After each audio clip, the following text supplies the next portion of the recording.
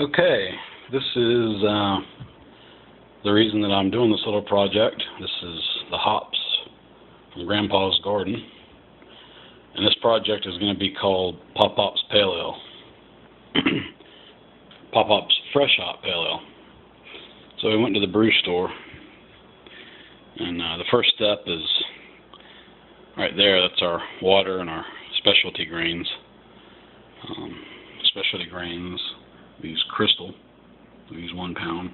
The 80 level bond is a dark, fairly dark malt. These were whole grains that at the brew store. They have a mill, and I milled them. So it's just husks and the sugary powder inside, which is called malt from barley.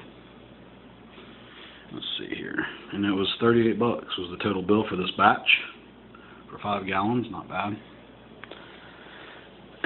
So that was the first step, and I'm going to go get that started. But just a quick overview. It's our boiling kettle.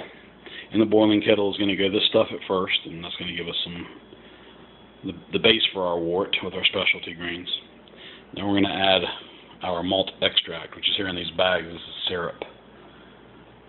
We're using a light malt extract. That's about 6.5 pounds. See, that would require a big old bale of actual, this stuff to get the extract out of there. We'll look at that later, a little closer. So while we're boiling all this stuff, and by the way, it's going to be a 1 hour boil. So we're going to put the water and everything in there. We're going to boil it for an hour. At the very beginning of the boil, we put in, these are hops pellets. Look, that's real hops. What they do is they take this stuff and they grind it up and into this. Just because it's cheaper to, I guess, transport and produce and whatever. You can buy this stuff, but you can buy it dried, not fresh like we have here. So this is Cascade. This is 2 ounces. That we're going to use as our bittering hops.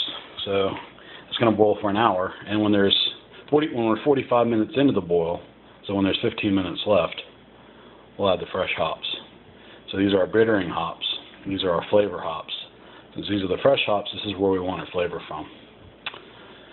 And we're going to boil it in that pot. The last step is we have a little bit of what's called Irish moss. That's just a conditioner.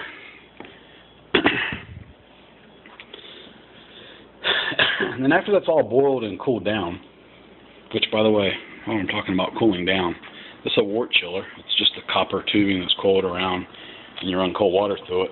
I actually have it hooked up now, and I ghetto rigged this because it's designed for a hose outside, a hose spigot. I have that adapter on there, and actually use the wort chiller as an easy way to get water down into these buckets. Biggest part of brewing is really home brewing, is sanitation, and this is a sanitizer very commonly used.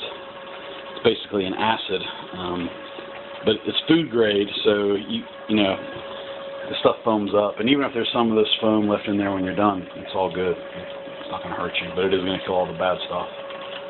So I'm just going to let my water fill up there and start sanitizing some of my tools. That's going to get sanitized as well. I'm going to go ahead and start the specialty grains. That'll be part 2.